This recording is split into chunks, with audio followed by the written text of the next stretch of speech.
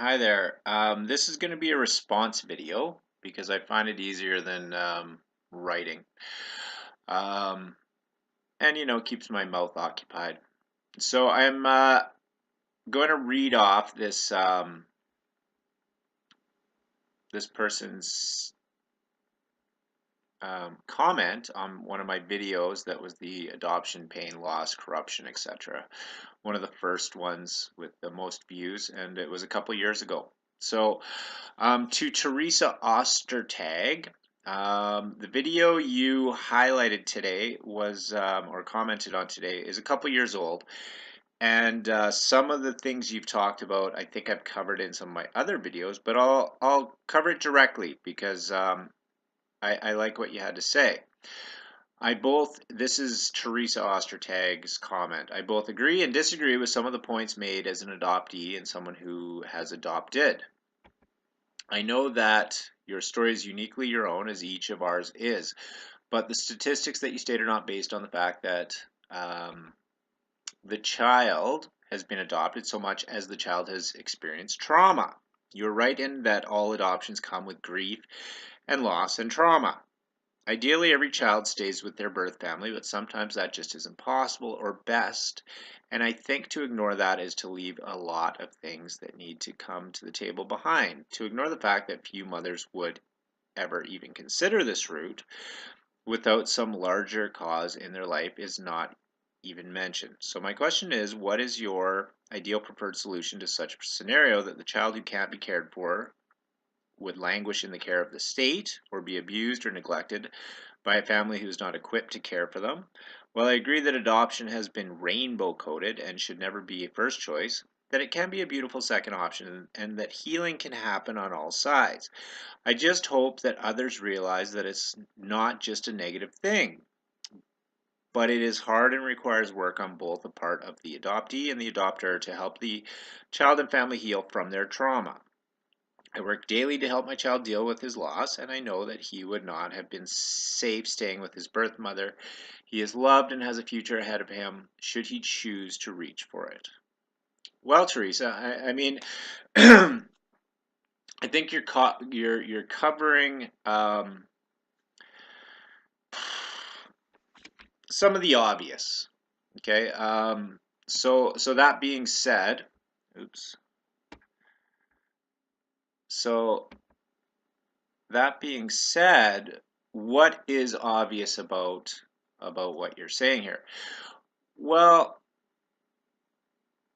you're suggesting here that, like, I mean, let's go through it point by point. It's probably best because I do have ADD. My story is unique. Your story is unique. Everyone's story is unique. Given. Now, that being said, some of the story isn't unique. A lot of the story is common. But when we're alone suffering, we think that the story is unique.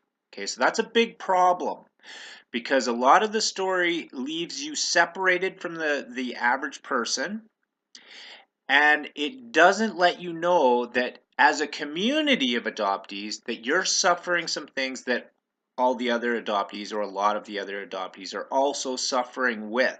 That you're not alone, but you're made to feel alone because you're not given this information. Okay, now you also mention here the fact that the statistics I state are not based on the fact that the child has been adopted so much as the child has experienced trauma.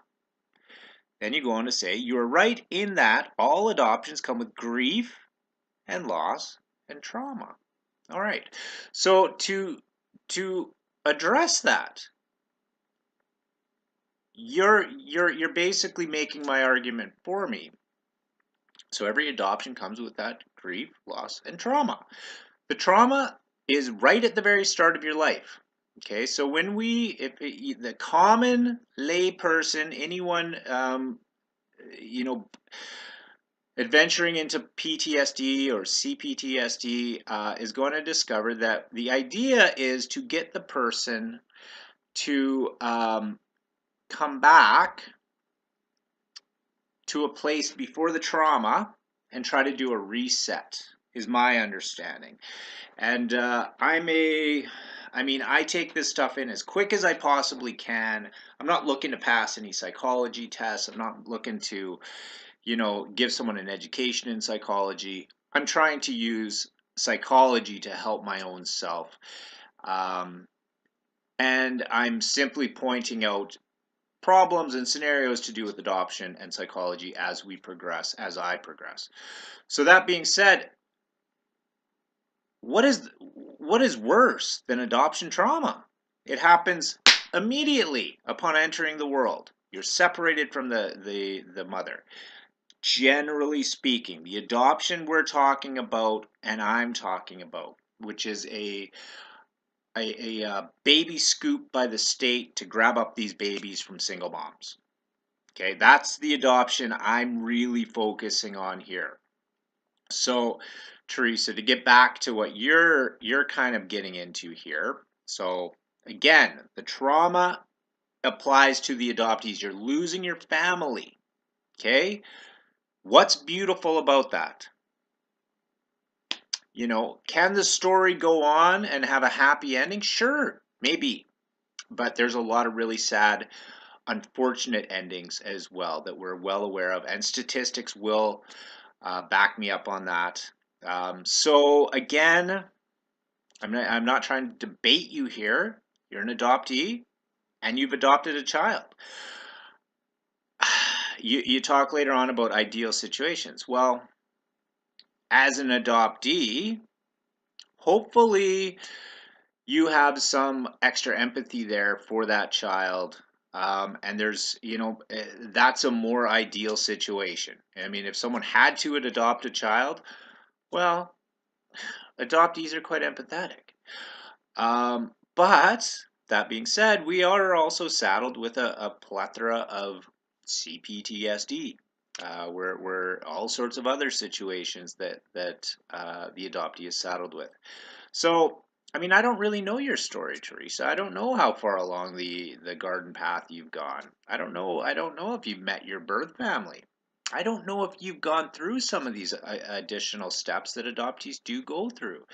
I don't know what pain you've suffered. I don't know your unique story. I'm going to go under the premise that you're a decent, good, empathetic person, that you've done the best you can, that you're doing the best you can for this child, etc. I don't have anything negative to say about you, your adopted child, at all, to be honest. What I do have negative things to talk about is the adoption industry and propaganda and situation that we are dealing with in the world today that has been being used for nefarious purposes and for other very negative things, and to the detriment of everyone involved ultimately, and a lack of transparency in what adoption is really, what it's really about, what the outcomes are, what the effects on the people are, etc. That's buried. Just like, if you go back in the 50s and look at some of these court transcripts with smoking, the facts were buried from the public because they wanted to continue on unfettered with their machine for their own purposes. And adoption, in my opinion, is no different. But I digress. We'll get back to what you're talking about here. So hopefully that answers some of the first part of your situation, or your comments. So we can agree, adoption is trauma. All right, so statistically, it's traumatic. I mean, you're not disagreeing with me here. All right, so to ignore the fact a few mothers, blah blah blah blah blah. So bad situations happen. Absolutely, they do. All right, so what do we know? What do we know about a person? A person is an individual based upon biological DNA coming from mother and father that belong to a family, and that spreads out. So this creature is part of a family. All right, so first case scenario, you have a mother that cannot do it, has died, whatever the scenario may be. Let's look at the father and his family. Let's look at the mother's family. Okay, that should be number one. That should be common sense. Number one, let's keep the child in the family. Then the family is out. All right. Let's look at option B. All right. Well, what's after that? Well, the child is Caucasian. He's Irish. He's Scot. Whatever. Right. Well, let's see. Can we get that kid in a Irish Catholic, whatever that, as close to the family he's coming from? Can we get him into that situation? Because let me put this out as an obvious thing to anyone. So say, for example, it was a Muslim child that was being adopted. Now that's crazy and you don't hear about it often because I don't think Muslims put their children up for adoption. Right? So there's something that Muslims have going for them that we don't. And I'm not going to call that a negative. I'm going to say that's a positive for them and a negative for us. So, but anyways, let's use that as a scenario because Islam is big in the news and people can see there's obvious differences between Western culture and Islamic culture. So you take an Islamic child and you throw them into a Christian home or maybe a LGBTQ home or whatever it may be. All right, and you let those people raise him with those sort of standards and morals and this, that, and the other thing. Well, we all know as adoptees that eventually we come to a point where the majority of us, we want to know where we came from. We want to know that source. We may want to go back to that situation. We may want to reconnect with our roots. That's going to be a real hard time for that kid, isn't it? Because the problem is that we're talking about cultures that don't get along and don't mesh. Now, if that person is attached to their adoptive family or has the ingrained Stockholm syndrome that goes along with the adoption, we've got problems, don't we? And that's using an obvious, okay? But no matter what we look at, I think you're going to have problems because cultures differ from one another. You know, who knows? I mean, political ideologies, all these things. Let's try and keep it as close as possible so that if that child does grow up as an adult and does want to reconnect with their source, their roots, their culture, their race of people, etc., etc., etc., they can. And you can turn around and use whatever sort of political mumbo jumbo you want and say everyone's the same and everyone should love each other. We're all one people. Go nuts with that. That's fine. But not everyone's an ascended master to your degree if that's your attitude. And some people may want to learn where they want to come from and reconnect there. Not to mention the fact we might be heading back into World War III. And guess what? As a white guy, well, what if I was placed with Muslims? What if, I mean, the what ifs go on and on and on and unique. But what's ideal, this, that, and the other? I mean, the ideal is that the child not be given away. Now, here's a very simple solution that seems obvious to me. We make this big push and we have this huge adoption industry that gathers up all this money, taxpayer money.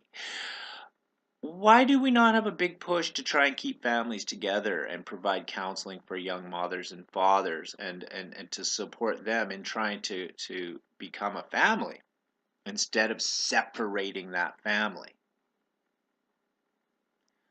Why? Why aren't we doing that? On top of this, why are we kicking religions and moral educations out of our schools and institutions when obviously we need it more than ever? So, I mean, what's the ideal situation to me?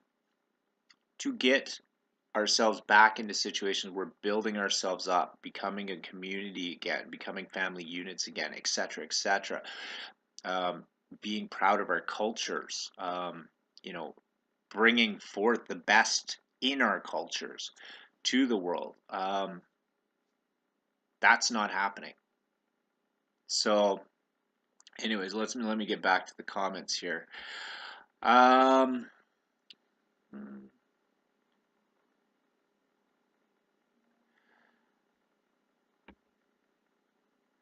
So I mean, hopefully that in and of itself gives you an idea, Teresa, of where I'm coming from. I mean, back to your ideal situation again. You are adopted. You have some information. I don't know how much. You haven't really shared. But you seem like an intelligent lady. You've gone through this experience. So you are better suited to help this child, I would think. Now, on the same token,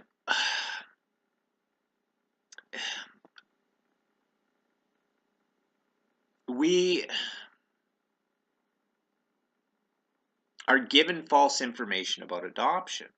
You're sitting here saying, that I'm acting as if, well, adoption's not all bad. Well, I'm bringing the bad parts up because everyone else is under the impression that adoption's all good.